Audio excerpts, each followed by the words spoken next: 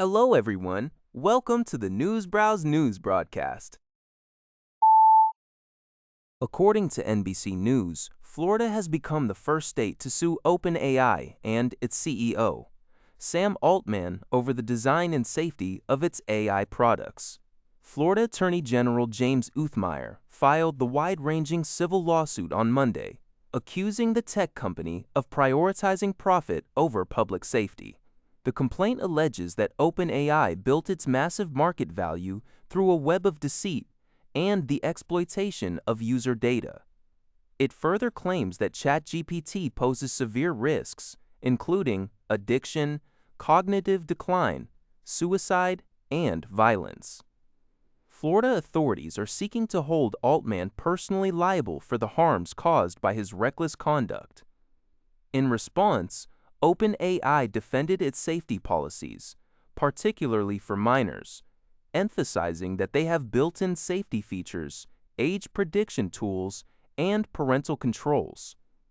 However, the lawsuit points to tragic real-world incidents, such as the alleged use of ChatGPT in planning a mass shooting at Florida State University and several wrongful death suits involving users. This legal action escalates the political battle against major AI firms led by Florida Governor Ron DeSantis amid growing national skepticism regarding artificial intelligence. According to a report by the Centers for Disease Control and Prevention, as reported by NBC News, the ongoing Ebola outbreak in the Democratic Republic of the Congo and Uganda could escalate to more than 20,000 cases and over 2,000 deaths in a worst-case scenario. This projection is based on a model using data through late May, assuming that only 20% of patients are isolated and that access to medical countermeasures is highly restricted. The current outbreak is driven by the rare Bundibugyo strain of the virus, for which there are currently no approved vaccines or treatments. Standard diagnostic tests also initially failed to detect this specific strain, hindering early response efforts. The situation is further complicated because the epicenter of the outbreak is in Congo's conflict-ridden Ituri province. Despite the alarming worst-case figures, public health experts emphasize that the future of the outbreak is still controllable with increased international support and resources. Currently, the World Health Organization reports nearly 400 confirmed cases and 65 deaths. The CDC emphasizes that the risk to the general United States population remains low, and no domestic cases have been reported. According to Gigi Press, Mohsen Rezaei, a military advisor to Iran's supreme leader Mojtaba Khamenei, stated on June 5 that negotiations with the United States to end hostilities have reached a deadlock. Speaking in an interview with CNN, Rezaei urged U.S. President Donald Trump to break the stalemate, demanding the unfreezing of $24 billion in Iranian overseas assets as a crucial confidence-building measure. Rezaei, a hardline former commander-in-chief of the Islamic Revolutionary Guard Corps, is believed to be deeply involved in Iran's decision-making process. He emphasized that if the United States is serious about negotiations, unfreezing the $24 billion, a sum he described as not particularly large, would pave the way for progress. Reports suggest that Iran has proposed unfreezing half of the assets, or $12 billion, upon signing a memorandum to end hostilities, with the remaining half to be released within 60 days.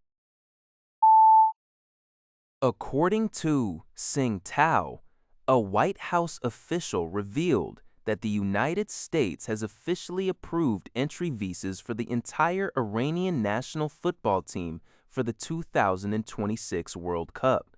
This decision comes despite recent military escalations between the two nations in the Persian Gulf. The visa approval was granted late Thursday night, just 10 days before Iran's opening group match against New Zealand in Los Angeles. Due to previous visa delays, The Iranian team had already relocated their training camp from Arizona to Tijuana, Mexico. While the diplomatic breakthrough offers a glimmer of sports diplomacy, potential hurdles remain. U.S. Secretary of State Marco Rubio recently stated that the U.S. will strictly bar anyone associated with the Islamic Revolutionary Guard Corps (IRGC). Because Iran has mandatory military service, several key players have previously served in the IRGC. Experts warn that these players could still face intense interrogation or even be denied entry at the border by U.S. Customs and Border Protection, casting a shadow over Iran's World Cup campaign.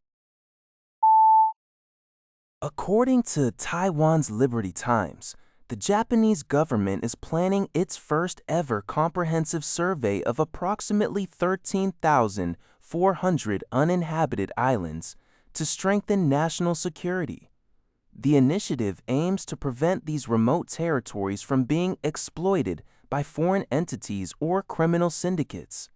For islands with long unregistered inheritance or unconfirmable ownership, the government is considering nationalization.